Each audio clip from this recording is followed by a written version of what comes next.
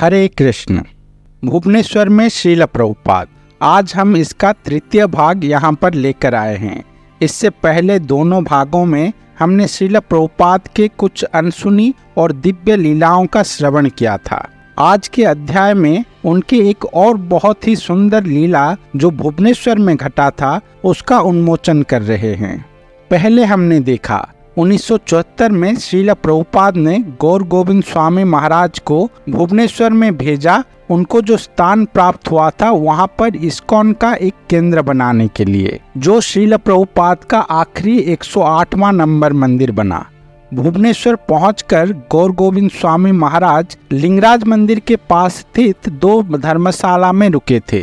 धर्मशाला का नियम है 3 दिन से ज्यादा समय वहां पर कोई रह नहीं सकता, इसीलिए वो एक धर्मशाला में 3 दिन रहने के बाद दूसरे धर्मशाला में चले जाते थे। वहां पर जब 3 दिन हो जाता था तब फिर से पहले वाले धर्मशाला में आ जाते थे। बाद में कुछ दिन वो लिंगराज मंदिर के पास में ही स्थित एक माल गोदाम में भी गुजारे। प्रतिदिन दिन में एक बार अनंत वासुदेव का महाप्रसाद ग्रहण करते थे और रात को कुछ नहीं खाते थे। इस तरह से कुछ दिन उन्होंने भुवनेश्वर शहर में हरिनाम का प्रचार किए। श्रील प्रभुपाद का आदेश था कि मेरे पुस्तकों को ओडिया भाषा में अनुवाद करना।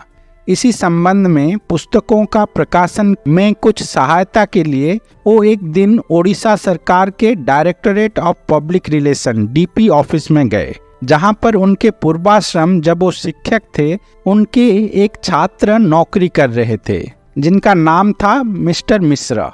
मिश्रा जी के एक सहपाठी थे जिनका नाम था श्रुतिधर दास, जो उनके साथ उसी ऑफिस में कार्यरत थे। मिश्रा जी को पता था कि श्रुतिधर बहुत ही आध्यात्मिक चिंतन के व्यक्ति हैं और वो एक गुरु की खोज में हैं। इसीलिए उन्होंने श्रुतिधर को बोला, एक बाबा आए हैं। जब मैं स्कूल में पढ़ता था तो वो मेरे शिक्षक थे। अभी वो अपना घर द्वार सब छोड़ के भगवान के नाम प्रचार में लग गए हैं। आपको उनसे एक बार मिलना चाहिए। जब श्रुतिधर गौर गोविंद स्वामी महाराज से मिले तो उनके हरिकथा सुनकर अपने प्रथम साक्षात्कार में ही उनके प्रति आकृष्ट हो गए और उन्होंने पूछा कि आप क्या सेवा चाहते हैं हमसे। तब गुरुदेव ने उनको बताया कि मेरे गुरु महाराज ने मुझे यहाँ पर अंतर्राष्ट्रीय कृष्ण भावनामृत संघ का एक केंद्र बनाने के लिए भेजा है। हमारा जो जगह है वो यहाँ से करीब 15 किलोमीटर दूर नयापल्ली गांव के पास है। मुझे उस जगह को चिन्हित करना है और वहाँ पर कुछ निर्माण कार्य शुरू करना है। श्रुतिधर ने कहा, मेरे एक मामा वासुदेव दास वो वहीं पर नयापल्ली गांव में रहते हैं, वो हमें सहायता कर सकते हैं। फिर उन्होंने गुरुदेव को अपने साइकिल में बैठाकर नयापल्ली लेकर आए, जहां पर वासुदेव दास ने गुरुदेव को नयापल्ली गांव के जो मुखिया थे दिगंबर पटनायक, जिनका बाद में प्रभुपाद से दीक्षा हुआ और दिगपति दास नाम पड़ा, उनसे मिलवाया। उन्होंने गुरुदेव को सहायता करने के लिए प्रतिश्रुति दिया। फिर सभी के सहायता से इस्कॉन का जगह चिन्हित हुआ और उसका सफाई करके गुरुदेव ने अपना मिट्टी का एक कुटिया वहां पर बनाया। उसी समय से श्रुतिधर दास गुरुदेव के बहुत करीबी बन गए। वो एक संभ्रांत परिवार के शिक्षित युवक थे जो गुरुदेव को उनके प्रचार में सहायक बने। आगे जाकर गुरुदेव ने उनको दीक्षा देकर सच्चिनंदन दास बनाया। श्रुतिधर दास गुरुदेव को अपने साइकिल में बिठाकर भुवनेश्वर शहर के अलग अलग जगह ले जाते थे। गुरुदेव हरिनाम के छोटे छोटे पत्रक लीफलेट्स बना के बांटते हुए प्रचार करते और कुछ भिक्षा संग्रह करते। इस तरह से कुछ दिन जाने के बाद प्रभुपाद के भुवनेश्वर आने का समय उपनीत हुआ। जब प्रभुपाद का आगमन हुआ तो श्रुतिधर दास ने गुरुदेव के मार्गदर्शन में उनके काफी सेवाएं किए। हिज ग्रेस सच्चिनंदन प्रभु जब भी प्रभुपाद जी महाराज के आविर्भाव और तिरुभाव में गुणगान करते थे तो उस समय के अपने आप बीती एक बहुत ही सुंदर लीला का स्मरण करते थे। वो लीला हम यहाँ पर वर्णना कर रहे हैं। सच्चिनंदन प्रभु कहते हैं, जब प्रभुपाद जी महाराज भुवनेश्वर आए थे 1977 में, तब वो गुरुदेव के बनाए हुए उस मिट्टी के कुटिया में रहते थे। उन दिनों जितेंद्र सिंह, जो कि भारत के एक बहुत बड़े नामी पत्रकार थे, जो times of India new Delhi के एसोसिएट एडिटर सह संपादक थे, उनका उम्र 65 साल था। वो ओडिशा आए हुए थे। ओडिशा सरकार ने उनको राज्य अतिथि घोषणा किया था, इसीलिए उनके सुरक्षा और आने जाने के लिए अपना एक ऑफिसर और ऑफिशियल कार दिया हुआ था। मेरे पिताश्री जो ब्रह्म विद्या सोसाइटी ओडिशा के सभापति थे, उनका जितेंद्र सिंह से दोस्ती था। उस हिसाब से जितेंद्र सिंह मुझे भी जानते थे। उन्होंने मुझे अनुरोध किया कि प्रभुपाद से उनका एक साक्षात्कार करवाने के लिए। प्रभुपाद से मिलने के लिए मैं उनके कार में बैठकर उनके साथ इस्कॉन भुवनेश्वर में पहुंचा।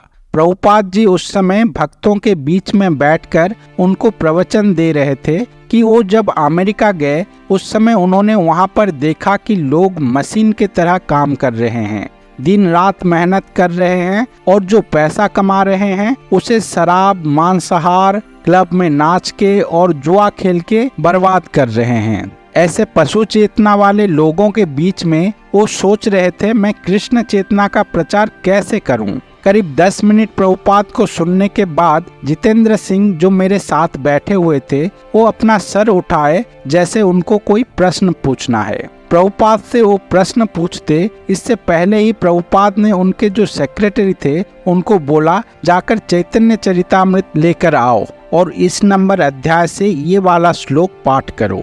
उस समय मैं सोचने लगा कि प्रभुपाद जो अभी बता रहे थे कैसे पशु चेतना वालों में वो कृष्ण चेतना का प्रचार कर रहे थे, फिर अचानक से चैतन्य चरितामृत जैसे गूढ़ भक्ति वाले शास्त्र को क्यों पढ़ने लगे। मैं ये सोच ही रहा था, प्रभुपाद ने मुझको बुलाया।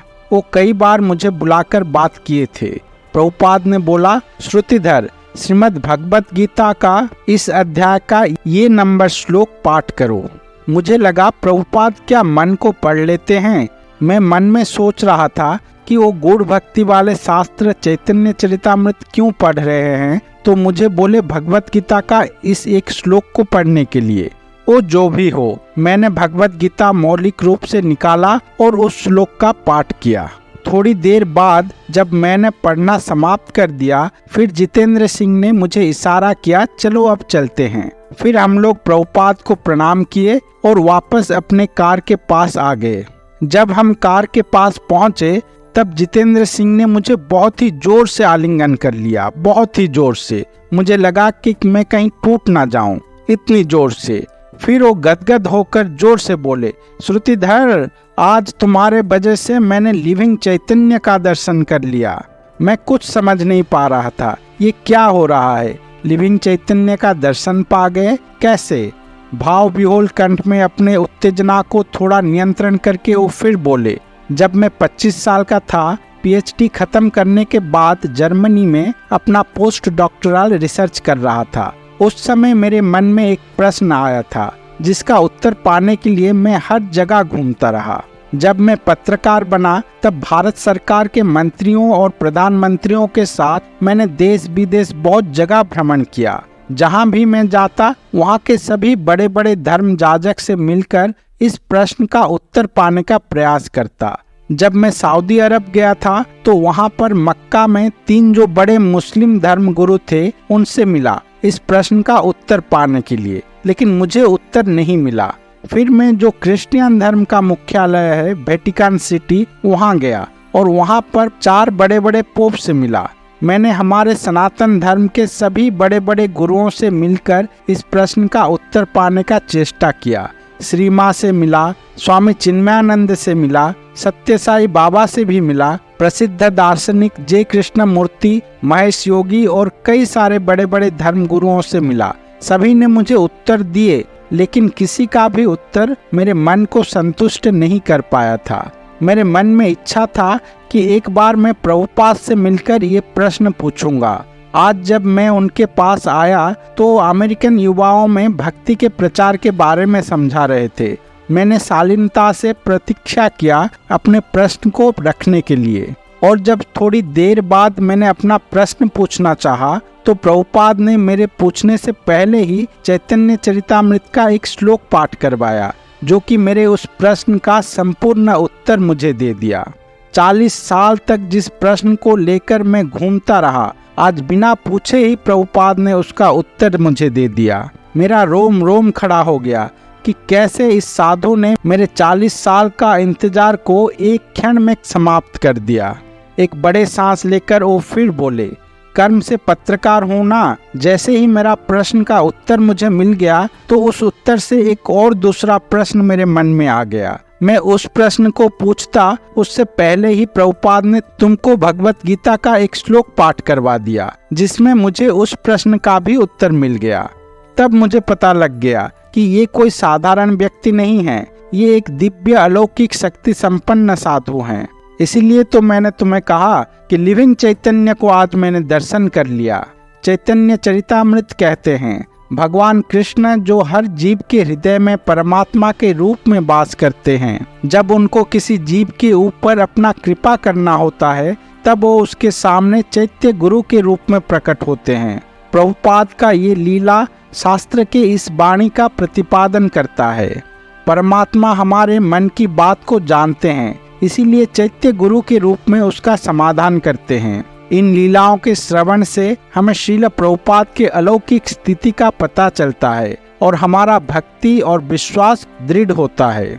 आगे के दिनों में हम कुछ और प्रभुपाद और गुरुदेव के दिव्य लीला जो सच्चिनंदन प्रभु ने प्रकाश किए हैं उसको लेकर आएंगे। हरे कृष्णा।